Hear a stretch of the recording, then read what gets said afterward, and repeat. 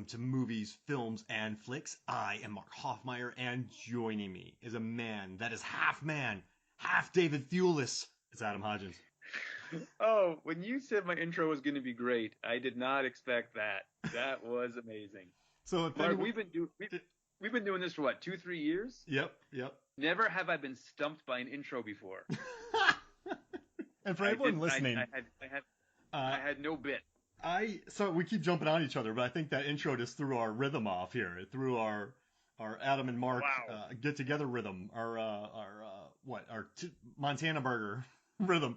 But right. It's we can't even get our act together with that intro. I don't know. I never plan for intros. Like very rarely do I have them written, and so just before we go, I kind of have to think of something for the intro for the guest because I just think it's more fun that way. Maybe. Well, it adds an authentic charm. Yeah, I will say maybe 13% of the time I write something because it's about 6 sentences long or I want to be silly.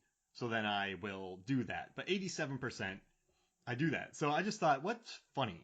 Like I was going to say half man, half like Afghan hound from the Suicide Squad, which I love. I'm sitting next to a werewolf. But I just thought, if David Thewlis is half man, half Dragonheart, then what's a half man, half David Thewlis? He was a werewolf in a movie. A quarter dragon. So you're a quarter dragon, you're a quarter Thewlis, and you're half Hodgins. I think, Mark, if I was single, which I'm not, and I haven't been for 20 years, and I was in like the hip-hop dance club scene, my pickup line would be, hey, I'm Adam, I'm a quarter dragon. And a quarter Thewlis? And I wouldn't lead with that. That wouldn't be my go-to maneuver, but I would say I'm a quarter dragon and just walk away. I'd walk up to people, hey, you know David Thewlis?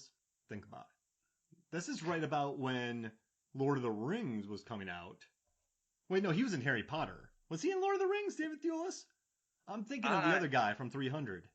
Yes, and this was 96. Lord of the Rings didn't come out to, 99, right? Oh, I thought you said 20 years, so I was thinking 01. Oh, yeah, that's when I met my wife, yes. Yeah. So, I'm half man, quarter David Thewlis. Think about it. Just walk away. Just deal with that, ladies. Deal with that. Just no-sell it. It'd be incredible. Speaking of David Thewlis, since you already have quarter Dragonheart, quarter David Thewlis heart. Right. You are in a battle. You're kind of a snot-nosed punk, right? But you've been really well trained by a very surly, very loud knight who's always talking about the old code. So I think well-trained snot-nose is the worst combination in the world. You're well-trained? Yeah, because you know what? Man, I hate that guy, but dude can fight. I was going to say, of all the things in this movie, David Thewlis in this movie's character is inherently unlikable. Like there's an untangible, unlikable quality about this character. Right away, you just hate him. Yep. It's the haircut. It's the haircut. It's the way he presents himself. He just like that's my crown. Yeah, that when that's my crown.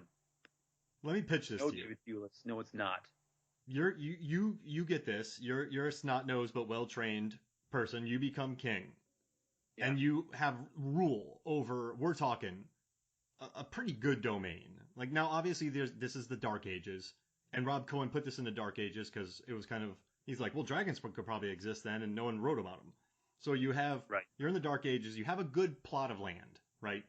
If another land baron looked at your land, that land baron would be like, well, I'm not jealous, but it's about mine, so respect. Does that make sense? Like you have a very healthy chunk in the Dark Ages. You're one of the premier landowners, but you're also a snot-nosed, well-trained punk.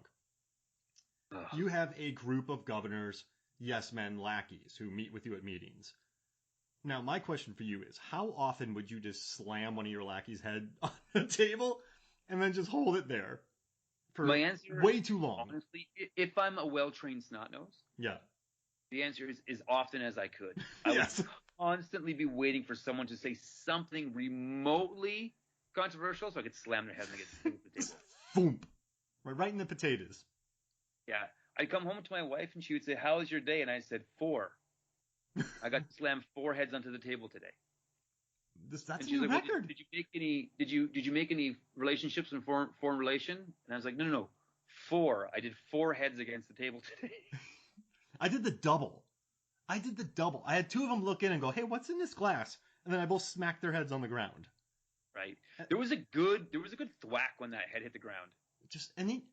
I watch it with Megan, my wife, who's, you've been on many episodes with her, but she's one of my favorite people. Yeah, she's the best. And she felt really bad for Jason Isaacs. Because Jason Isaacs' head was just laying there.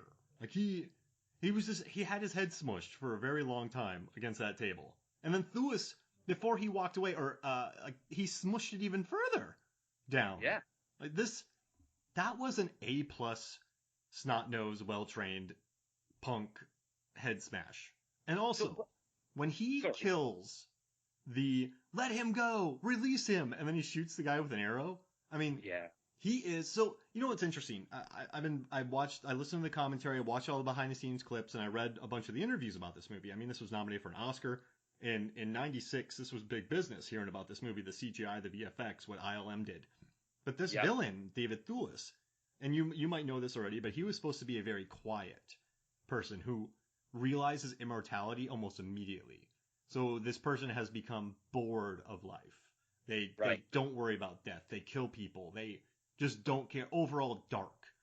Rob Cohen pulled a complete 180 with Thewlis. So you went from this dark, foreboding villain who, let's see, he's almost like Skarsgård, Stellan Skarsgård from King Arthur. If I could compare him to somebody. But instead they went with Thewlis. So, do you like that change? I thought it was good. But again, my question is this. Who do you think evoked more negative emotion instantaneously? David Thewlis or Lee Oakes, who played the young David Thewlis? I think it had to have been Thewlis, because when you see a young child, when you see like a 14, 15-year-old punk, it's a punk. It's a kid. He's the king's kid. So, entitled. He trains with Bowen. But when they're older... I watched this, though, as a kid. Well, not a kid. Hey, wait, I had a good answer here. Oh, sorry. Yeah. So, I think that... I know I just jumped on you, but I always lose my train of thought, and then we start talking about something else, and then we come back. You're a well-trained snot-nosed, Mark. He's a 16... Yeah, oh, man, I am. Dennis Quaid trained me well. But right, but I'm just saying, this kid was... he's a kid. And so then when you see David Thewlis with the same exact haircut, behaving in the same manner, that's more frustrating. Because, listen, we've all seen that picture of you leaning on the tree, Adam, when you were 16. Leaning on the tree. If I saw you 12 years later and you were still leaning on that tree looking the exact same, I'd have questions, right? I'd be like, well, that young kid leaning against the tree, I get it. But now he's 12 years older, still doing it. Thewlis has become an even bigger, indignant, well-trained, snot-nosed turd. Right. So that's why he frustrates me more. Right. Incredible. I remember, though, watching it and seeing Lee Oakes, and I was like, oh, that guy's going to grow up to be annoying. That was my impression. Not that he's going to grow up to be evil, but like, he's going to grow up to be annoying. The actor won the lotto. They made money from that shoot, and him and his dad split a lotto ticket, and they won like $6 million. What? Yep. That's the best piece of trivia from this movie, Mark. Yeah, that's from the commentary. Wow. Incredible. And how much bread, when he gets killed, when he gets stabbed, did you see how much bread was just sitting on that? They were really well-fed peasants, I'll say that. Yeah, all the pigs. But Mark, I got a question for you. Yeah. How much do you think it would boost your online presence for movies, films, and flicks if you hired me? Now, I would do it pro bono until we saw some actual numbers about things improving. But to be a poet who writes like poetic tales and keeps a record of all your podcasts. So you'll have like John Levingood on, and you guys will talk, and I'll be like, and he spoke upon the fast and the furious with eloquence and passion like no man had come before. And then you continue on. Then David will say something, and I'm like, and powered by hot dogs, he trucked along the side for the ride of a century, talking about Vin Diesel. Right? If I did that kind of stuff in a real like Brother Gilbert kind of way, Do you think that would be a positive or negative for your overall product? It would be different, and I think in this landscape of so many, I mean, there's what 3.5 million podcasts out there according to Listen Notes, Right. and growing every day. Hey, we're top 2.5 by the way, MFF. Cool. Ew. But yeah, I think it would be different. I think it would be fun. But you got to let me go on your GoFigure show on YouTube, and you have to let me narrate as well. So he placed the updated cape onto his broad shoulders, and he painted his belt buckles with a acrylic paint made from the heart of sailors. Because Megan's not here to rein us in, we're doing this. You're gonna send me the raw audio of one episode. You pick it, and I'll send you the footage of one of my episodes, and then we'll just do a director's cut of each of them. Oh, I love it. That sounds great to me. And also, before we get too far, I want to tell you something. Meg, we had to pause it last night because Meg was laughing so hard. Mm-hmm. There was a scene where Brock, played by Brian Thompson, very good bad guy, he's riding away on his horse, and I noticed that there were very shiny silver horseshoes during the Dark Ages on the horse. So I looked at Megan, and I go, Megan, did they have iron feet for their horses back then? So instead of horseshoes, I call them iron feet. Do they have iron feet? Yeah. And then Megan researched it. Thing I've ever heard. Yeah, and she researched it, and during the Dark Ages, they had like leather and different things, but they didn't invent like the things until a little later on, so they weren't sure. Yeah, it was more like cowboy time. But I call them iron feet. I wanna make this is so great. I wanna write a script for an animated movie, Don Bluth style, about a young squire who finds an old nag, just an abused, worn-out old horse. But he invents the horseshoe.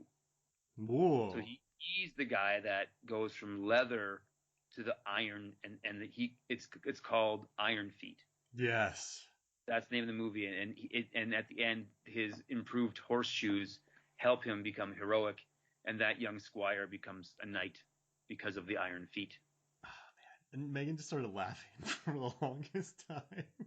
No, and I respect Megan for laughing. In a nice way, and like in a nice that was way. Cute way, not like you're an idiot. You are adorable, Mark, and we all know that. When you called a bakery a bread store, like I called my mom the next day, and it's like, yeah, so my friend Mark last night, he called the bakery a bread store. Isn't that adorable? So during our underwater episode, I think I told you this. Instead of saying underwater, I said downwater. Downwater. Well, and that makes sense to me because one of your top 5 VHS tapes of all time would be Down Periscope. Yes, it is. So it's a full circle. Oh man, Fire Down Under, right? The Rescuers Down Under. Yeah. Quigley Down Under. Oh, Alan Rickman, eh? Alan Rickman, eh? He gets thrown out of a window in Top Shelf in that film. I want you to do, Mark. Yeah. Because I know you have spare time out the wazoo. I want you to do a best thrown through a window scene. Oh, yeah, absolutely. I mean, Jason Voorhees. Yeah. Oh, man, there's so many. Oh, Braveheart. So many come to mind. Right. I think it'd be great. A great article for any of your proprietary writing fields would be the top 10 thrown through a window scenes in a movie. I love it. I think it. I mean, Blade knows how to throw a guy through a window. Oh yeah, a window or glass. Yeah, glass of any kind, like a glass wall. Okay, so all right, so let's say you have a vampiric scroll and it's surrounded by glass, protective glass. For instance, let's say that's the situation we find ourselves in. And I throw someone through it one day. That counts. Okay. But then if there's just a skyscraper window, like it